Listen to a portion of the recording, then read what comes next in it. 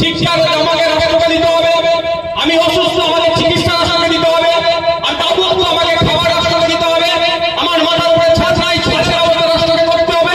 এটা যেমন বলা আছে 51 এ ধারাতে সংবিধানে বলা আছে ফান্ডামেন্টাল ডিউটিস এর কথা। আমারও কিছু কর্তব্য আছে, তাহলে আমি জাতীয়তাবাদী নাগরিক হব।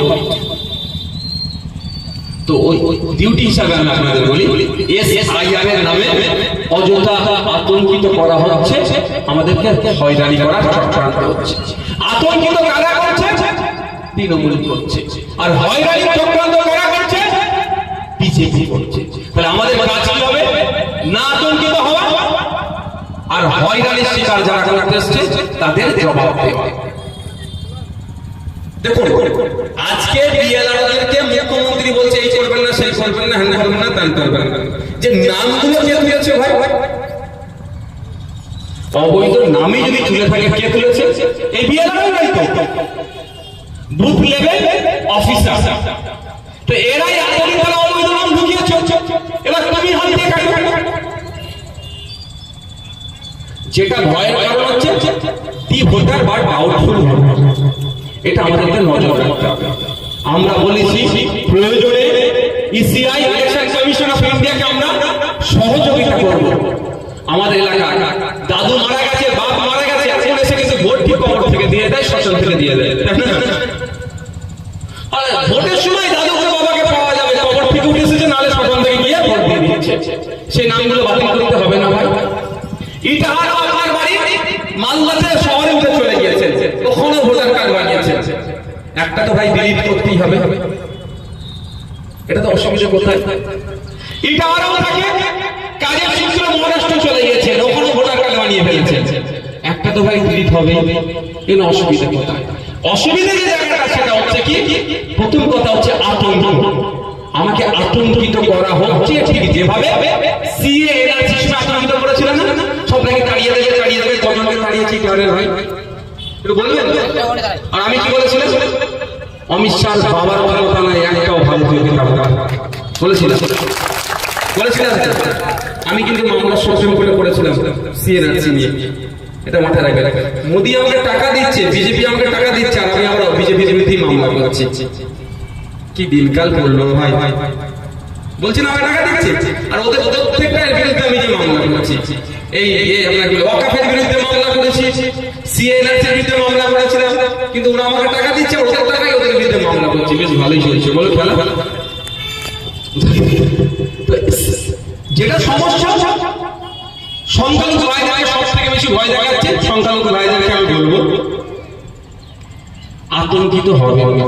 আমাকে একবার কি উত্তর দিতে হবে, আপনার দাদুরা বাংলাদেশ থেকে এসেছে? বলতে আসতে বলছেন কেন? বলা কে নেই কেন?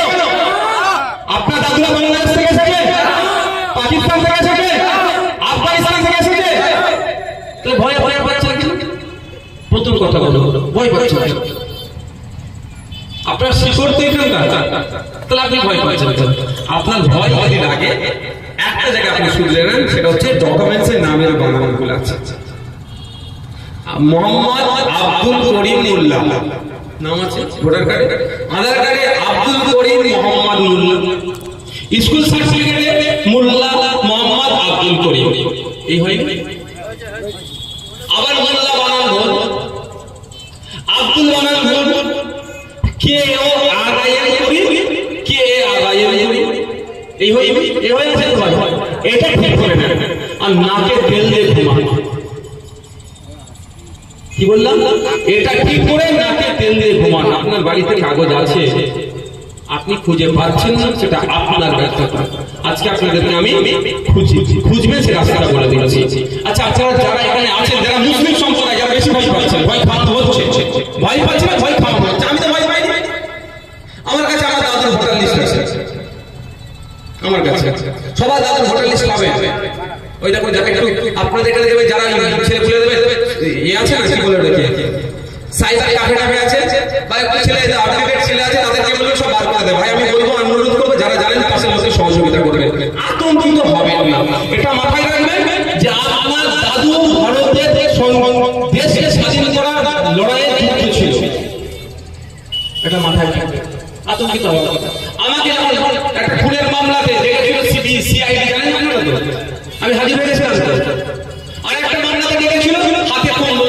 গেছিলাম, ঠান্ডার সময় ধরেছিল জেলে থাকতে হবে, কিন্তু মনে তো কনফিডেন্স আছে, আমি ফোন করিনি, ইশারায় কিন্তু আমাকে ফোন করতে বলিনি, আমার কতদিন আটকে রাখে, আমার কনফিডেন্স আছে। তো আপনার দাদু, তোর দাদু, দাদুর কবরে শুয়ে আছে, আপনার কনফিডেন্স কেমন আছে? ভয় কারণ। আচ্ছা বলুন, এখানে যারা উপস্থিত আছে আপনারা কার জায়গাতে আছেন? নিজস্ব জায়গা অবশ্যই, নালে থাকতে দেবে, তৃণমূল মেরে তুলে দিত, দিয়ে দখল করল। কার জায়গা? দাদুর জায়গায়, ম্যাক্সিমাম দাদুর জায়গায়। যাদের একটু টাকা পয়সা হচ্ছে নতুন জায়গা কিনে উঠে গিয়ে বসেছে, ম্যাক্সিমাম দাদুর জায়গায়। তো দাদু কাকা, ছোট কাকা চালের পানিটা ভাইপোর উঠুন দিয়ে যাচ্ছে, মামলা হয়ে গেছে, এটা হাতে কোটকুটা রায়গঞ্জ কোর্টে মামলা চলছে, এরকম হয়নি ভাই? ছোট কাকা বা ছোট চাচা ছাঁচটা একটু আমার ছাঁচের উপরে উঠে গেছে, মামলা হয়নি। আমি বোঝানোর জন্য বলছি, মামলা হয়ে গেল কি দেখে? মামলাটা গ্রান্টেড হলো করছে, মামলাটা গ্রহণ করলে কিসের ভিত্তিতে? কাগজ দেখে তো, সে কাগজটা কি আপনার দাদু দলিল,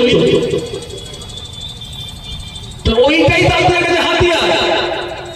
আপনি ভয় পাচ্ছেন? ভয় না আপনাকে খাওয়াতে পারলে তাহলে বিজেপি তৃণমূলের বাইনারি হবে কি করে? গতকালকে শুভেন্দু অধিকারীর উপর আক্রমণ হয়েছে, ওটা বাংলা সংস্কৃতি নয়, তৃণমূলটা নিয়ে আসছে, আমার উপর আক্রমণ হয়েছিল, এটা উচিত নয়, রাজনীতি হিংসা নয়।